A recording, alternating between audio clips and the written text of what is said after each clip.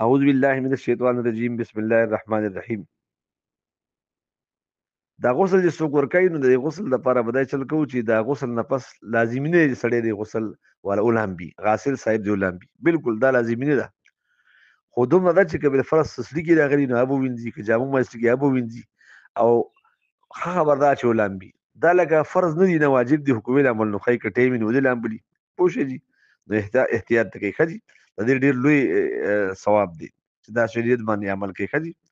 او باقي یو خبره بل هم ده، د میت درې ځای چې کوم دی خوراک دی دا کور کې خلک کوي، دا هم نه ده پکار. په لومړی ورځ موږ خوراک کوو، دا نه ده پکار چې آل جعفر رضی الله عنه ته یو نقصان راغلی، لکه شهادت راغلی، نو پیغمبر صلی الله علیه وسلم وفرمایل چې دوی باندې تکلیف دی، تاسو ورته خوراک ورکړئ. پکار چې موږ سره مدد وکړو. کني کم از کم خپله خو دې نه خورو که نه، او مېلمه که خوري نو بېله ده، او خوراک دی نه پخې، پکار چې خلک دې ورته ورکړي. که ځان د پخې جایز دي، مېلمه ته هم جایز دي. نو احتیاط دې کوي چې د دې ځان بچ کړو که نه، او ډېر احتیاط دې کړو. او دې ته نوي جوړې بلدول او نوي جوړې اچول او زنانه دې ته راځي او پوره پروګرامونه فروټونه په درې مې تقسیمېږي، دا هم چې کوم دی په شریعت کې نشته ښه جي. بس ښه طریقې سره یو سنسیر کار دوی کړي، د هغه اولاد سره یې محبت وکړي، هېڅ څه ورکړي، فروټ خو به ختم شي. او دا یو رواج هم دی، نو احتیاط به کوو ښه جي. او د دې دعوت ورکول هم نه وي پکار، دا خو دعوت نه دی، دا خو خیرات دی، او خیرات هم مسله ده.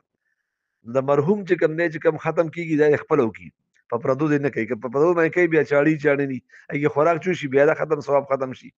نو ځان ته تلاوت وکړي چې څوک کولی شي، او باقاعده دې ورته ثواب دا زامن ورونه رسوي. او یا حضرت الله کریمه ووایي لا اله الا الله، صالح 50 نمبر ځان باندې کریمه باندې محمد رسول الله مو وایي، که روزانه هر یو ځله ویلی شي نو ښه ده. د دې دا ترتیب دی چې دا ووایي په توجه سره چې راته ښکاري کوي، زه ورته ښکارم په ژړا سره. نو امید دی چې دا حق به الله تعالی دې ته معاف کړي، دوی به الله تعالی وبخي.